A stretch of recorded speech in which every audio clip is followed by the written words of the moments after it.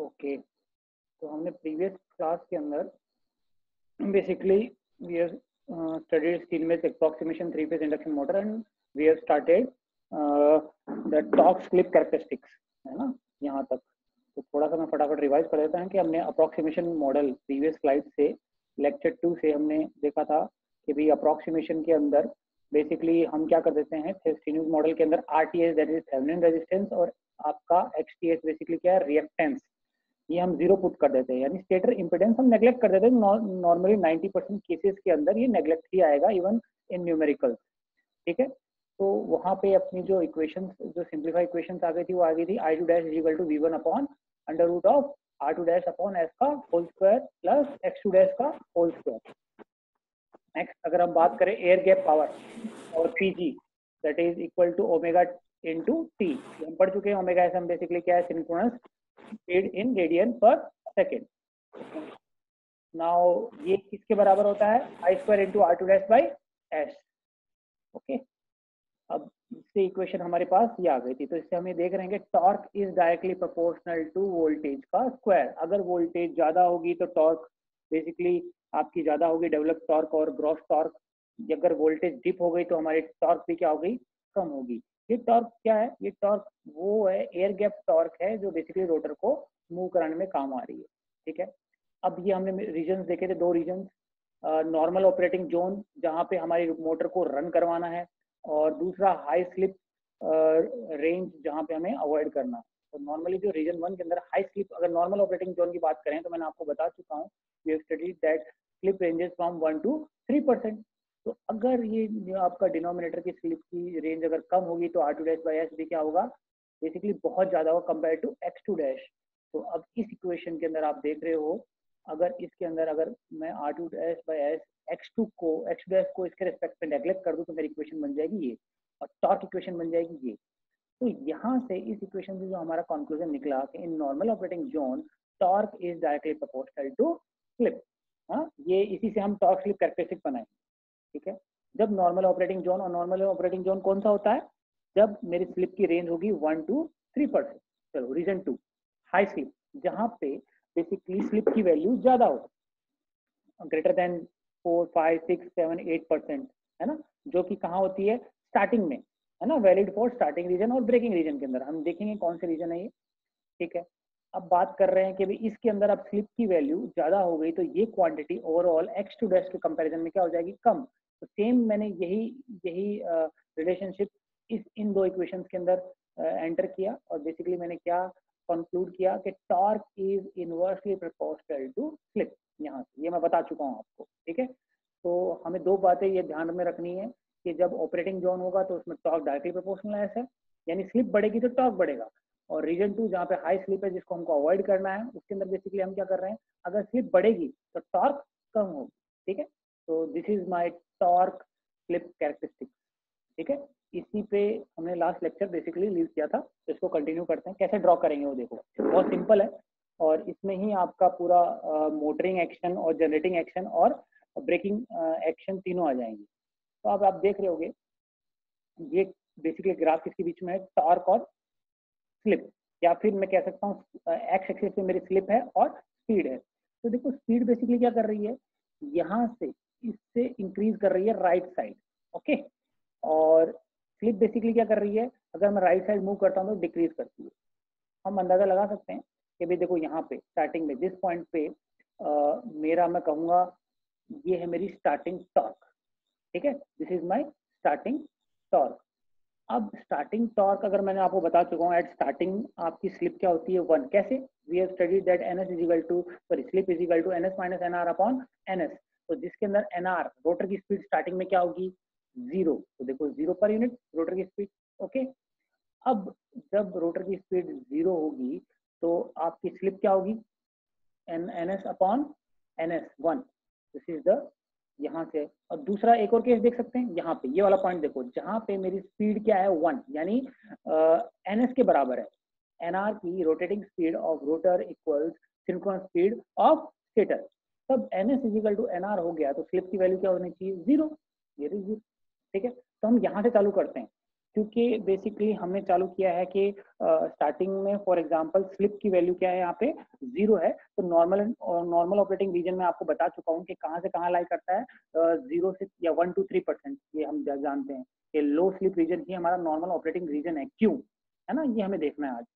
चलो let's start. अब यहाँ से मैं इस ग्राफ को यहाँ से भी स्टार्ट कर सकता हूँ, यहाँ से भी। तो मैं बेसिकली इसको यहाँ स्टार्ट कर रहा हूँ। तो देखो अब यहाँ पे at when there is no load कुछ नहीं था। तो अगर कोई आपके रोटर साइड में कोई लोड नहीं होगा तो आपकी रोटर की स्पीड क्या होगी, मैक्सिमम। और मैक्सिमम कितनी हो सकती है, सिंक्रोनस स्पीड के बराबर, सपोज फॉर एग्जांपल ns। तो ns यहाँ पे nr इजिकल टू ns होगा, तो 1 पर यूनिट होगा, और स्लिप क्या होगी मेरी 0। चलो अब मैं लोडिंग बेसिकली यहाँ पे टॉर्क भी क्या होगी, बेसिकली टॉर्क आपकी 0 होगी। क्यों टॉर्क 0 होगी भाई, बेसिकली आप जानते हो, जब ये बता चुका हूँ कि जब सिंक्रोनस स्पीड और रोटर की स्पीड बराबर होगी तो दोनों के बीच में रिलेटिव मोशन क्या रहेगा, बेसिकली 0। तो 0 रहेगा, करंट 0 फ्लो करेगा। अगर करंट 0 फ्लो करेगा तो कोई टॉर्क लगेगा ही नहीं, क्योंकि अगर करंट कैरिंग कंडक्टर होगा तभी तो आपका टॉर्क लगेगा। तो यहाँ पे मेरी टॉर्क क्या है, इस पॉइंट पे 0 है।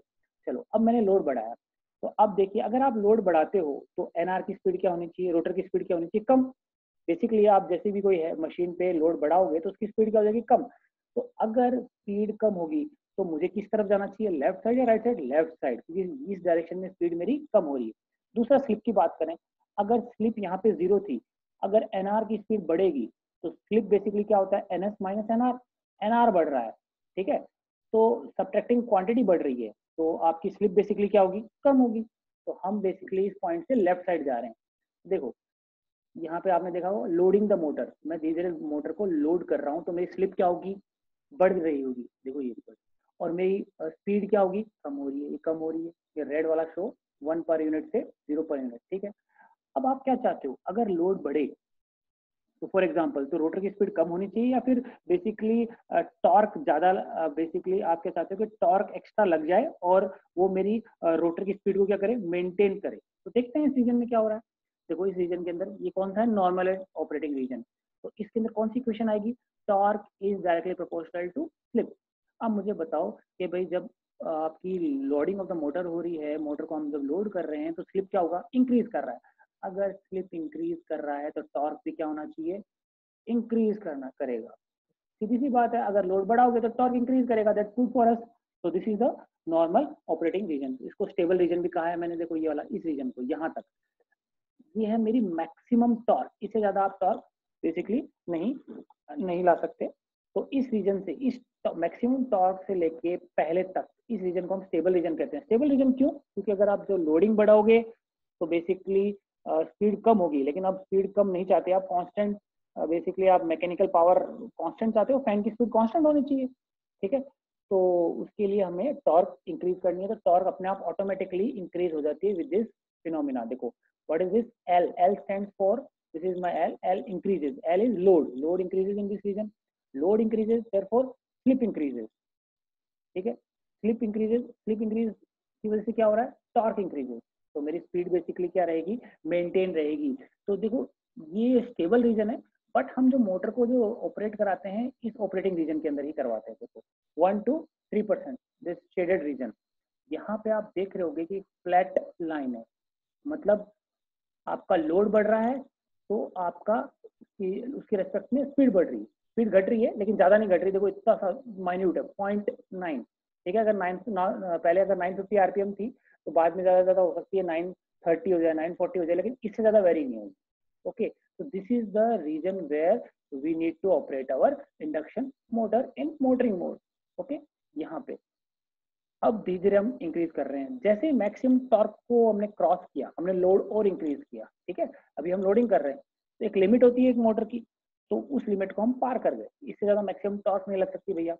तो अब इससे हम आगे गए, तो अब इस रीजन के अंदर कौन सा रीजन आ गया, हाई स्लिप रीजन। और हाई स्लिप रीजन के अंदर बेसिकली हमने डिराइव कर चुके हैं कि torque is inversely proportional to S.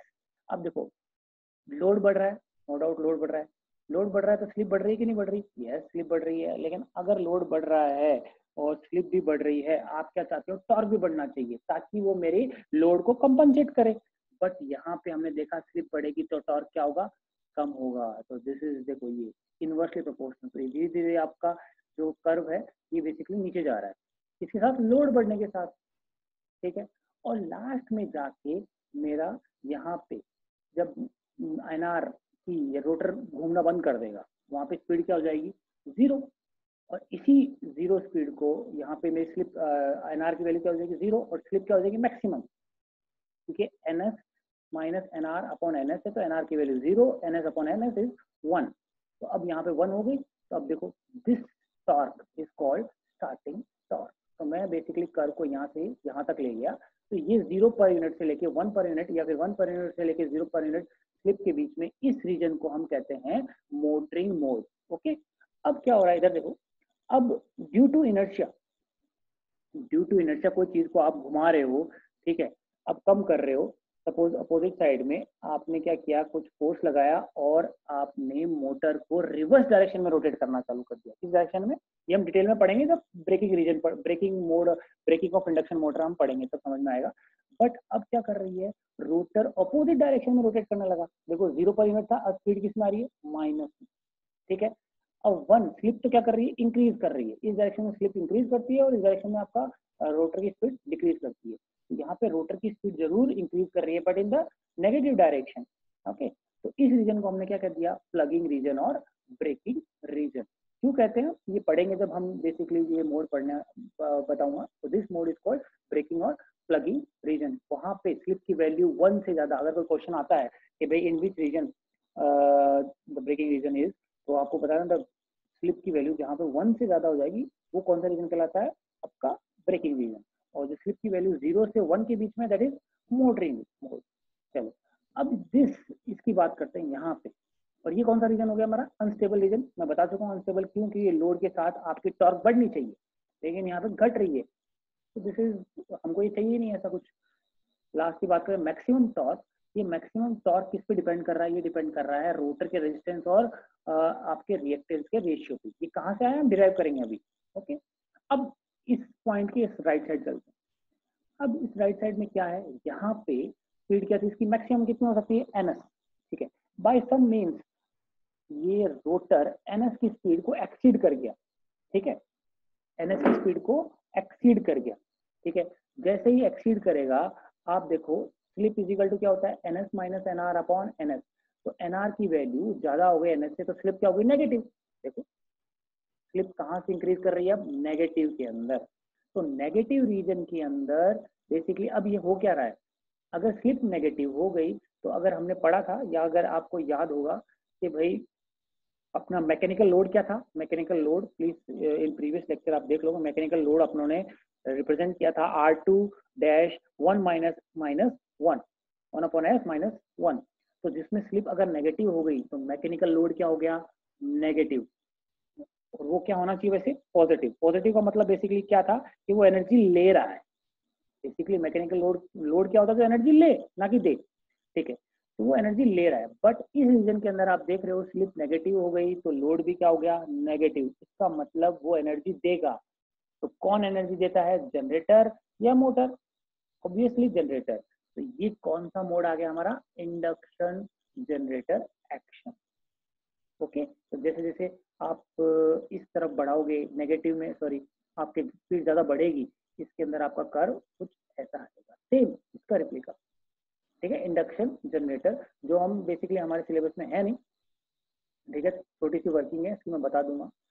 तो ये बेसिकली टॉर्क स्लिप कैरेक्टरिस्टिक है जो हमने पढ़ा आज, ठीक है। ये डिराइव करेंगे हम आगे। अगर ये समझ में आ गया, कहाँ से समझ में आया, बेसिकली हमने ये इस 2 रीजन से डिराइव किया। ओके, तो समझ में आ जाना चाहिए आपको। नेक्स्ट, अब कंडीशन मैक्सिमम टॉर्क की हमें निकालनी है कि ये मैक्सिमम टॉर्क कितना होगा और इस मैक्सिमम टॉर्क कौन सी स्लिप की वैल्यू पे आएगा। भाई 0 पर यूनिट पे तो नहीं आ रहा, सॉरी 1 पर यूनिट पे तो नहीं आ रहा ना, 0 पर यूनिट आ रहा है, इसके बीच में आ रहा है कहीं। तो वो कहाँ आ रहा है, वो वैल्यू में डिराइव करनी है। तो ये टॉर्क इक्वेशन हम पहले डिराइव कर चुके हैं। देखो कंडीशन फॉर एग्जाम में क्वेश्चन कैसे भी आ सकता है कि derive the expression for maximum torque. इस मैक्सिमम टॉर्क को ब्रेक डाउन टॉर्क भी कहते हैं और इसी को हम पुल आउट टॉर्क भी कहते हैं और स्टॉलिंग टॉर्क भी कहते हैं।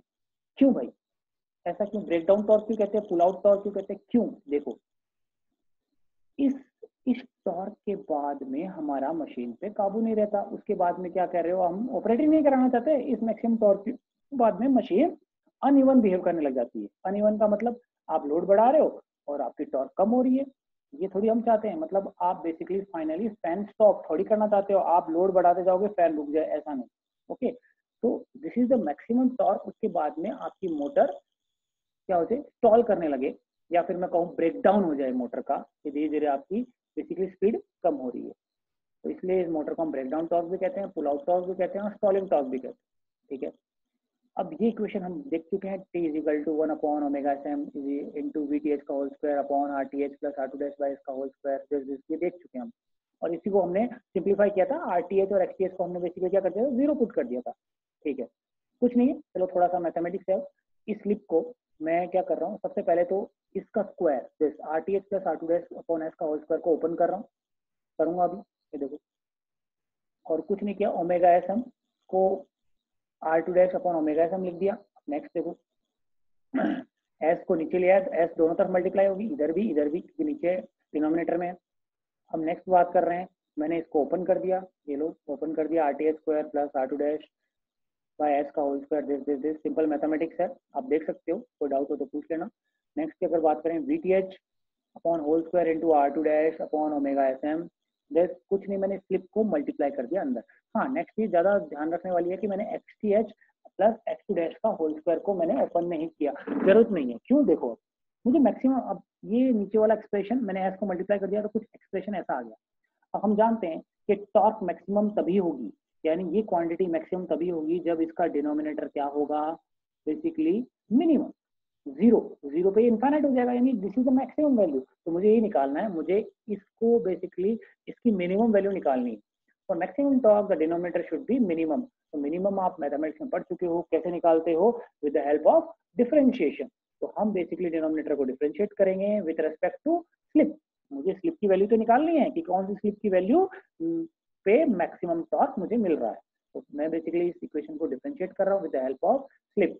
तो डिफरेंशिएट करो, स्लिप RTH क्या मेरा कांस्टेंट और स्लिप आपका मूवेबल, तो RTH का होल स्क्वायर आ जाएगा 1 अपॉन S का minus R2 dash upon S square है, ये सॉरी S स्क्वायर, और ये क्या है, पूरी कांस्टेंट है तो जीरो, और S इंटू कॉन्स्टेंट टर्म आ गया, ये कुछ ऐसा आ गया, इसको हमने क्या पुट कर दिया, जीरो। तो मेरे पास कुछ इक्वेशन ये आ गई, R2 डैश बाई S का होल स्क्वायर, इसको इक्वेशन ए लिख दिया मैंने। थोड़ा सा और सिंप्लीफाई किया है, कुछ नहीं किया मैंने, अंडर रूट ले लिया इस इक्वेशन को, इस इक्वेशन को मैंने भी लिख दिया, ये हमारे आगे काम में आएंगे। तो मेरे पास इसी इक्वेशन को मैंने रीअरेंज किया, ST, अब S क्या बन गया, ST मैक्स, मतलब स्लिप एट मैक्सिमम टॉर्क, मैंने इसको नोटेशन दे दिया। अब ये S नहीं रहा, ये बेसिकली हमने इसको रिप्रेजेंट कर दिया ST मैक्स। तो ST मैक्स इसको आपको रटना है, ये बहुत क्वेश्चंस में आती हैं। ST max is equal to R2 dash upon under root of RTH का whole square plus XTH plus X2 dash का होल स्क्वायर। तो this is my slip.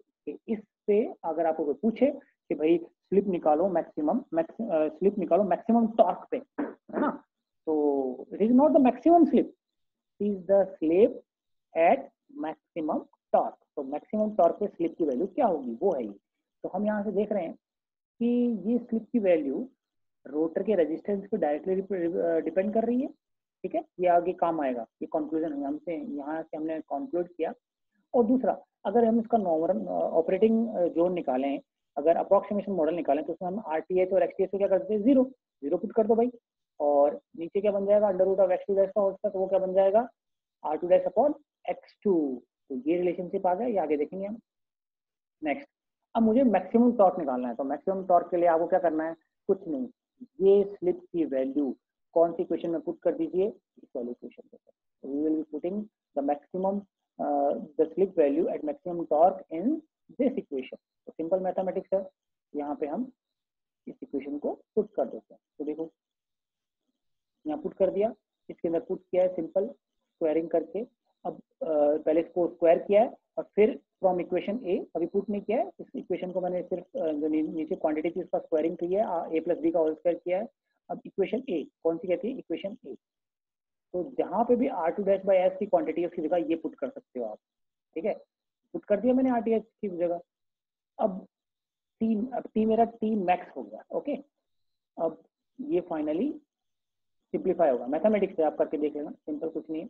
Last में मेरे पास जो मिला वो कुछ ऐसा मिला, और इक्वेशन बी से मैं R2 डैश बाई एस को अंडर रूट लिख सकता हूँ। तो ये मेरी जो ये रेड ब्लॉक डायग्राम के अंदर है, इसमें आप देख सकते हो कि जो मैक्सिमम टॉर्क है वो है 1/2 ओमेगा एसएम VTH का whole square upon RTH plus RTH का whole square plus XTH plus X2 dash का होल स्क्वायर। अब T मैक्सिमम क्या है, कांस्टेंट, वो रेजिस्टेंस पे डिपेंड नहीं कर रही, ठीक है। स्लिप तो वेरी है, कैसे कांस्टेंट हम देखेंगे अभी, अप्रोक्सीमेशन से ज्यादा समझ में आ जाएगा, अप्रोक्सीमेशन का ही आपको ज्यादा याद रखना है, ठीक है, कॉम्पिटिशन एग्जाम के पॉइंट ऑफ व्यू भी। तब देखो अप्रोक्सीमेशन में हम क्या करते हैं, स्टेटर के इंपोर्टेंस को नेग्लेक्ट कर देते हैं। तो RTH क्या हो जाएगा, 0, थेवेनिन रेजिस्टेंस, और XTH भी क्या हो जाएगा, 0, और हमारा VTH थेवेनिन वोल्टेज क्या बन जाएगा, V1, that is applied voltage to the stator side.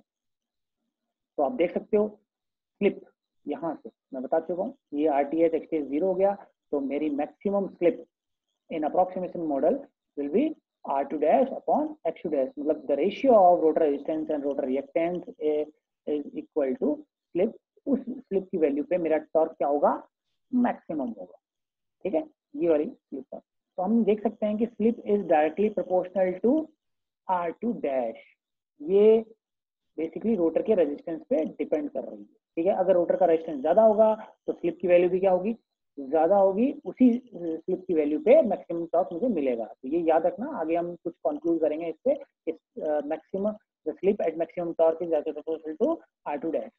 Now next Tmax, तो Tmax भी आप कर सकते हो इसमें 0 पुट करके, फाइनली क्या आएगा, 1/2 ओमेगा एसएम इंटू V1 का whole square into X2 dash, ये आ गया। यहाँ पे आप देख रहे हो क्या, क्या मैक्सिमम टॉर्क रोटर के रेजिस्टेंस पे डिपेंड कर रही है, नहीं कर रही। तो V1 क्या है, applied voltage that is constant, omega SM synchronous speed क्या है, कांस्टेंट, और X2 डैश क्या है, X2 डैश भी मेरा क्या है, कांस्टेंट है, क्योंकि X2 डैश बेसिकली कहाँ से आया, एयर गैप के अंदर लीकेज जो एयर गैप है, ठीक है, उस पर डिपेंड करेगा। तो मैं यहाँ से ये कंक्लूड किया कि Tmax is inversely proportional to X2 dash that is leakage reactance. अब लीकेज ये भी कह सकता हूँ कि लीकेज रिएक्टेंस किसके प्रोपोर्शनल है, एयर गैप।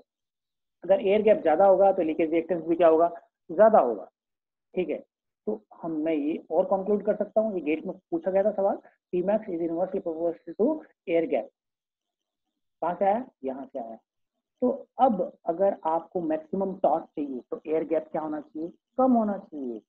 तो induction machine has minimum air gap, एक रीजन ये भी है। एक और रीजन है, ये हम आगे देखेंगे कि air gap is kept low in induction machine to improve power factor also. दो रीजन है, हम एयर गैप इंडक्शन मशीन के अंदर कम से कम रखते हैं जितना हो सके, क्यों, एक तो मैक्सिमम टॉर्क मुझे ज्यादा मिलेगी और एक पावर फैक्टर भी क्या मिलेगा, अच्छा मिलेगा। तो यहाँ से ये जो आपकी कॉलम इसमें दिख रही है बॉक्सेस के अंदर, ये आपको याद रखनी है कॉम्पिटिशन पॉइंट ऑफ व्यू के लिए, even numerical point of view के लिए, ठीक है। ये जो RTH और VTH ये बहुत रेयर पूछा जाता है, फिर भी अगर आप इस चीज को याद रखो तो ज्यादा बेटर है, क्योंकि इसमें आपको कुछ नहीं करना, ये क्वेश्चन डिराइव क्या हो जाएगी, फटाफट हो जाएगी, RTH और XTH को 0 पुट करना है और VTH को 1 पुट करना है। तो मैंने यहाँ पे लिखा है Tmax इज कांस्टेंट, क्योंकि ये रोटर के रेजिस्टेंस पे डिपेंड नहीं कर रही। तो हमने यहाँ से दो बातें कंक्लूड ये की कि slip is directly proportional to R2 dash, कौन सी स्लिप, मैक्सिमम टॉर्क वन, ठीक है, और Tmax इज ए कांस्टेंट। चलो अब अगर आपको पूछे कि भाई स्टार्टिंग टॉर्क निकालो, है ना, आपको इक्वेशन तो पता ही है, कौन सी इक्वेशन पता है, this is my torque equation, ये रखनी है आपको हमेशा याद। तो अगर आपको पूछे कि भाई स्टार्टिंग टॉर्क निकालो, कुछ नहीं करता, आपको पता है कि स्टार्टिंग में स्लिप की वैल्यू क्या होती है, 1 होती है, तो बस जहां पे भी S है यहाँ पे उसकी जगह क्या पुट कर दो, 1, तो this is my starting torque, कुछ नहीं है, सिंपल है। तो for starting torque put S is equal to 1। हाँ, अब ये एक रेशियो है, ratio of full load torque और normal torque upon T maximum torque, ये पूछा जाता है बहुत बार, डेरिवेशन भी आ चुकी है आपके RTU में। तो अगर आपको न्यूमेरिकल भी आए हुए हैं गेट के अंदर तो आपको ये इतना बड़ी डेरिवेशन करने की जरूरत नहीं है, एक रिलेशनशिप याद कर सकते हो, सिंपल कुछ नहीं है। टॉर्क की इक्वेशन क्या होती है, और ये अप्रोक्सीमेशन मॉडल की निकाली है मैंने, ठीक है।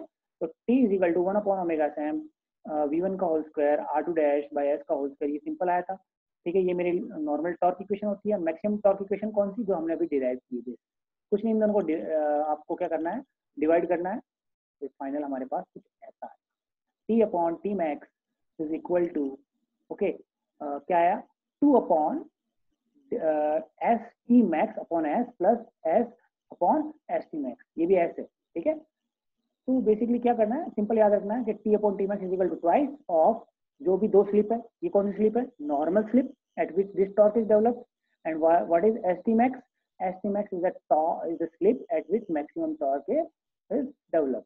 तो इन दोनों का रेशियो प्लस इन दोनों का उल्टा का रेशियो, ये एस ही है, normal slip upon slip at maximum torque, okay.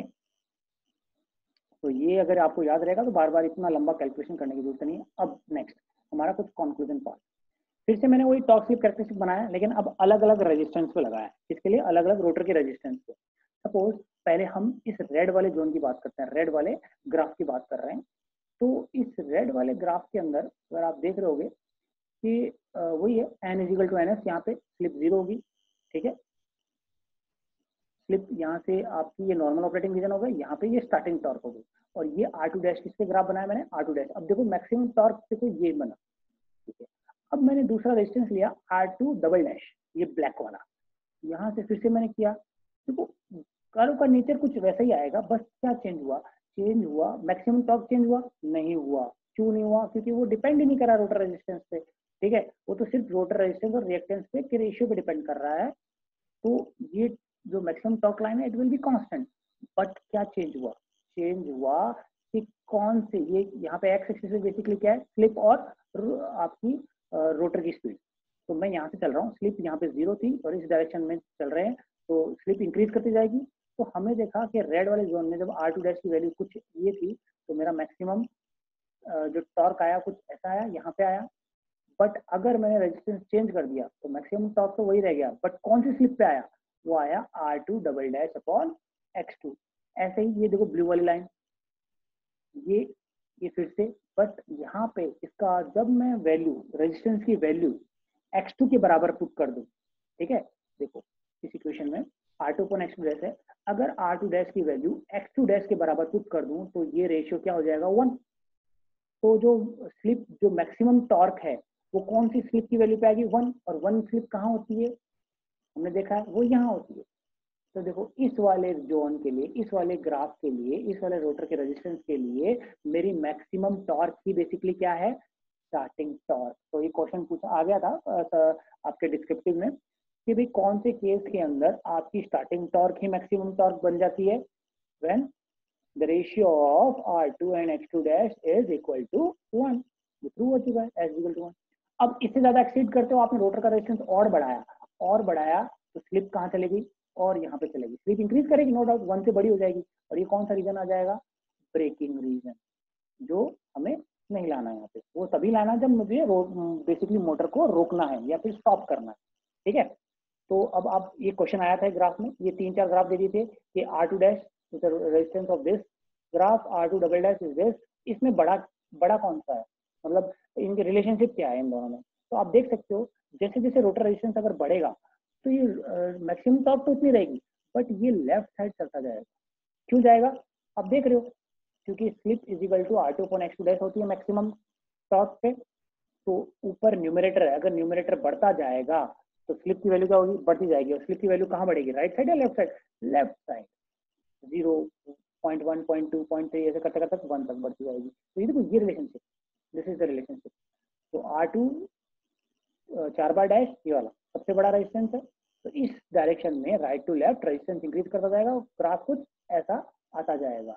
और ये देखो R2 triple dash equal to X की कंडीशन पे ही मेरी स्टार्टिंग टॉर्क ही मैक्सिमम टॉर्क बन गई है, बना सकते हैं। तो हम कुछ कंक्लूड करते हैं फटाफट। तो इंपॉर्टेंट पॉइंट्स हैं, ये मैं डिस्कस कर चुका हूँ, फिर भी the slip at which maximum torque occur depends on rotor resistance, हम देख चुके हैं। तो किस पे डिपेंड कर रही है, रोटर रेजिस्टेंस पे। R2 directly proportional to, sorry slip directly proportional to R2 dash, देख चुके हैं हम। The maximum torque magnitude is independent of rotor resistance but it is inversely proportional to rotor reactance, ये equation derive की थी हमने, ठीक है। फिर तीसरा, as the resistance varies maximum torque does not vary but the slip और speed at which the maximum torque occur varies. तो अब देखो अगर रेजिस्टेंस वेरी कर रहा है, तो ये देखा ना, रेजिस्टेंस वेरी कर रहा है no doubt, maximum torque change नहीं हो रही, बस क्या चेंज हो रही है, कौन सी स्लिप की वैल्यू पे ये मैक्सिमम टॉर्क आ रही है, ये देख चुके हैं। फिर bye adjusting the rotor resistance bye suitable value, कहाँ एडजस्ट किया मैंने, R2 और X2 की वैल्यू को बराबर पुट कर दिया, then the motor start with its maximum torque. तो ये जो रोटर रेजिस्टेंस में बार बार चेंज कर रहा हूँ, ये कौन सी मोटर में हम कर सकते हैं, दो है मेरे पास, स्लिप रिंग और कौन सी आपकी स्क्विरल केज। तो स्क्विरल केज में तो हम ऐड कर ही नहीं सकते, तो दिस इज स्टार्टिंग टॉर्क। अगर टॉर्क आपको ज्यादा करनी है तो R2 डैश को हम किसके बराबर पुट कर सकते हैं, X2 को तो हम चेंज कर ही नहीं सकते, ये तो जो कंस्ट्रक्शन में डिफाइन हो गया। हम किसको चेंज कर सकते हैं, रोटर के रेजिस्टेंस को, तो रोटर के रेजिस्टेंस को हम ऐड कर सकते हैं। This can only be possible in slip ring induction motor, जहाँ पे हम एक्स्ट्रा रेजिस्टेंस ऐड कर सकते हैं। ये देखेंगे हम आगे कैसे ऐड करते हैं, और क्वेश्चन भी आता है कि कितनी वैल्यू का आप रेजिस्टेंस ऐड करो ताकि मेरी टॉर्क स्टार्टिंग टॉर्क इतनी हो जाए, है ना, ये सब। ठीक है, मोटर, तो ये सारी जो रोटर रेजिस्टेंस की जो मैं ग्राफ शो कर रहा हूँ, ज्यादातर किसके लिए वैलिड है, एक ही ग्राफ आएगा किसके लिए, सिर्फ स्क्विरल केज की, पर डिफरेंट का ग्राफ आ सकते हैं किसके लिए, squirrel cage sorry slip ring induction motor, जहाँ पे हम रोटर रेजिस्टेंस को चेंज कर सकते हैं। ठीक है, तो then the motor starts with its maximum torque, और क्या है, as the load increases, slip increases, which increases the torque linearly in its operating region up to its maximum torque, ये डिफाइन कर चुका हूँ। तो ये सारे पॉइंट्स हैं जो हम डिस्कस कर चुका हूँ पहले, वही उन्हीं को मैंने समअप किया है। और this is the maximum torque is also called breakdown torque और पुल आउट टॉर्क, ये बता चुका हूँ, because the load increases beyond the motor maximum torque capability, the speed will reduce and motor stop, रुक जाती है, zero पे पहुंच जाती है। ये हमने देखा है, देखो यहाँ पे जीरो पहुंच गई, इसके बाद ब्रेकिंग नेगेटिव साइड में रोटेट करने लग जाएगी। फिर in general maximum torque is around 2.5 times of full load torque, full load maximum torque ये वाली। और जो ऑपरेटिंग रीजन कहाँ है मेरा, यहाँ पे, जहाँ पे फ्लैट लाइन है। ठीक है, और ये फ्लैट लाइन किस में आई थी, अगर डीसी मोटर, अगर तुमको याद होगा, डीसी शंट मोटर की भी क्या थी, स्पीड कंट्रोल के अंदर हमारी फ्लैट लाइन थी, लीनियर लाइन थी। अगर उसके अंदर बेसिकली क्या था, लोड बढ़ रहा था तो स्पीड बढ़ रही थी, तो कोई दिक्कत नहीं थी। तो यहाँ पे भी नॉर्मल ऑपरेटिंग रीजन के अंदर मेरी इंडक्शन मोटर कैसे बिहेव कर रही है, डीसी शंट मोटर की तरह। ठीक है, तो वो पॉइंट्स मैंने यहाँ पे समअप किया है। तो अभी 40 मिनट्स होने वाले हैं वैसे भी, तो ये अब उन्होंने torque slip characteristics basically detail में पढ़ लिया है। ठीक है, इसमें न्यूमेरिकल भी आएंगे। ओके, तो हम नेक्स्ट क्लास के अंदर बेसिकली जो पढ़ेंगे वो पढ़ेंगे हम basically starting methods of induction motor, जो आप लैब में पढ़ चुके हो। तो मैं मेरा एक होमवर्क है, आपको होमवर्क दे रहा हूँ कि भी आप एक बार पहले इंडक्शन मोटर की स्टार्टिंग मेथड्स पढ़ के आना। और क्वेश्चन ये भी है कि स्टार्टिंग मेथड क्यों करते हैं भाई, कोई चीज़ स्टार्ट तो नहीं हो रही है, मैं स्टार्टिंग मेथड्स क्यों जरूरी है, तो आपके माइंड में ये होगा कि कोई चीज़ स्टार्ट नहीं हो रही, तो इसलिए स्टार्ट करने के लिए मुझे उसके मेथड्स लगाने। नहीं, यहाँ पे ऐसा नहीं है। Three phase induction motor basically क्या है, सेल्फ स्टार्टिंग मोटर है। Three phase induction motor is a self starting motor, अपने आप चालू होती है। फिर स्टार्टिंग मेथड क्यों चाहिए भाई हमें, दिस इज द क्वेश्चन। तो ये आप सर्च करना, ये नेक्स्ट क्लास में हम बेसिकली जो शायद परसों होगी, ओके, मंडे को, तो उसके अंदर बेसिकली हम starting method of induction motor हम डिटेल में पढ़ेंगे। तो यहाँ पे होप आपको ये आ चुका होगा। 2 मिनट बची हैं, अगर कोई डाउट है तो पूछ सकते हैं। Thank you.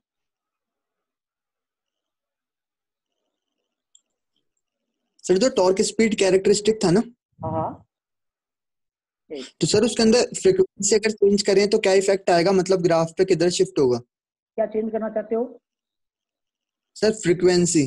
फ्रीक्वेंसी, तो फ्रीक्वेंसी बेसिकली किसकी चेंज करना चाहते हैं, 50 हर्ट्ज की, कौन सी, देखो दो फ्रीक्वेंसी है यहाँ पे, एक तो आपकी अच्छा, रोटर की फ्रीक्वेंसी है और एक स्टेटर की फ्रीक्वेंसी। तो स्टेटर की फ्रीक्वेंसी तो आप चेंज नहीं कर सकते कि 50 हर्ट्ज है, वो तो सप्लाई फ्रीक्वेंसी कांस्टेंट है वो। ओके, और जो रोटर की फ्रीक्वेंसी है वो तो अपने आप चेंज हो ही रही है। कैसे चेंज हो रही है, क्योंकि वो डिपेंड किस पे कर रही है, स्लिप पे। तो अगर स्लिप बढ़ेगी, अगर स्लिप बढ़ेगी तो आपकी रोटर की फ्रीक्वेंसी भी क्या करेगी, बढ़ेगी। तो किस तरफ जानी चाहिए वो, बढ़ेगी। इस तरफ स्लिप की, जहां स्लिप बढ़ रही है वहीं क्या जाएगी, फ्रीक्वेंसी बढ़ेगी। कौन सी, रोटर की फ्रीक्वेंसी। पर सर टॉर्क भी तो चेंज होगा सर, फ्रीक्वेंसी बढ़ाएंगे क्योंकि टॉर्क स्लिप पे डिपेंड कर रही थी, इक्वेशन में अपन अरे देखा आप नहीं था। बढ़ा रहे, आप नहीं बढ़ा रहे, दूसरी, आप रोटर की फ्रीक्वेंसी को कंट्रोल नहीं कर पा रहे। कैसे कंट्रोल कैसे कर सकते हो, लोड को कम ज्यादा करके, समझ में आया।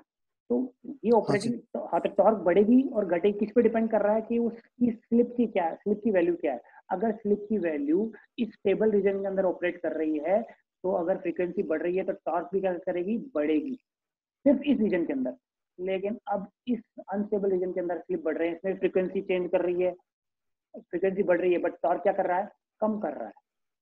बेसिकली टॉर्क हमारा क्या हो रहा है, कम हो रहा है, कम हो रहा है। हाँ। तो बस वो तो डिपेंड कर रहा है कौन से रीजन में। तो हम मोटर यंग एक्शन सिर्फ इसी रीजन के अंदर ऑपरेट कराते हैं। स्टेबल रीजन के अंदर भी कौन सा, सिर्फ ये शेडेड वाला, जहां पे मेरा ग्राफ बेसिकली क्या है, स्ट्रेट लाइन है जो डीसी मोटर को रिप्रेजेंट कर रहा है।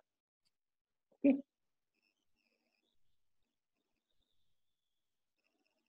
और सर अगर स्टेटर रेजिस्टेंस को चेंज करें तो? स्टेटर रेजिस्टेंस को कैसे चेंज करोगे आप, उसमें तब तो इंसर्ट कैसे शायद करोगे? कोई नहीं आ रहा। नहीं, एक मेथड है लेकिन वो बहुत रेयर होता है, कॉस्टली भी है, और उसके अंदर अगर आप कोई चीज उसके अंदर स्टेटर के अंदर रेजिस्टेंस लगा रहे हो सपोज फॉर एग्जांपल, तो लॉसेस बढ़ेंगे। हम स्टेटर के अंदर रेजिस्टेंस चेंज करते हैं बहुत, एक उसकी स्पीड कंट्रोलिंग में, या फिर मैं कहूँ स्टार्टिंग मेथड है, वो पढ़ेंगे नेक्स्ट। स्टार्टिंग मेथड में एक वन ऑफ द मेथड है inserting resistance in stator side, but वो यूज नहीं होता।